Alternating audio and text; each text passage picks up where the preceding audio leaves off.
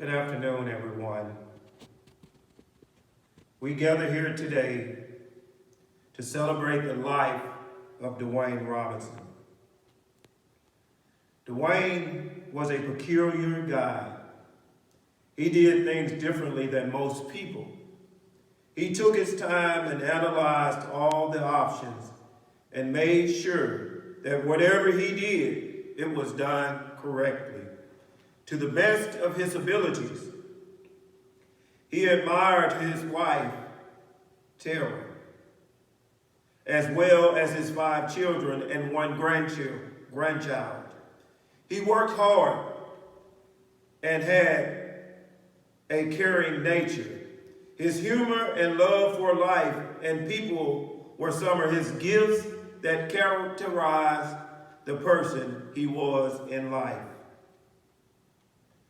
Dwayne was born on December the 28th, 1971, in Starkville, Mississippi, in a community called Bethel.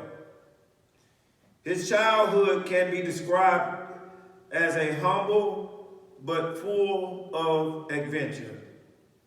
I want to talk about his life as a young man and his struggles, and then his legacy.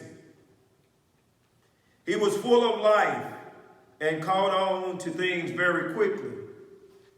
He loved the outdoors and would spend several hours in his yard working on it, taking long walks and just sitting outside, admiring the view of nature. Dwayne would always like to be around his father. He loved talking to him and has admired him as a hard-working man and a man of the outdoors. In many ways, Dwayne has picked up many of his traits from his dad. He loved the church.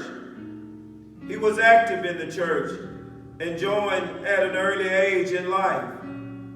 He sung on the choir and was a member of the usher board and volunteered to do whatever duty required attention in the church. Dwayne loved his family. He has 3 brothers, Donald, Kenneth, Dwight, and 1 sister, Angie. He also has some stepsisters and brothers as well. His legacy includes the essential works of Christ, as he earned a bachelor's degree in religion at Liberty University and a Master of Divinity degree at Gammon and at the Interdominal Theological Center in Atlanta, Georgia. He was a proud pastor of a 2-point charge, Boyd Chapel and Pleasant Grove United Methodist Churches. He was currently obtaining an invitation to discipleship with the United Methodist Conference and have attended numerous workshops on leadership, development, and theology and theological advancements as a clergyman. Brother Dwayne was a member of the Phi Theta Sigma Phi Theta Psi in Atlanta, Georgia. I can't remember one of the fondest memories that Dwayne shared with me. Years ago, Dwayne told me that he always wanted to see the Holy Land, but felt that he would never get a chance to ever go due to financial concerns and timing. Well, I'm so pleased when Brother Dwayne called me and told me that he had an opportunity to go to the Holy Land with the Mississippi Conference. He told me that the conference helped pay for it and that it was one of the most profound trips he could ever experience, and that his life had been changed forever. He told me that he felt the love of Christ when he walked the road Jesus walked to Calvary.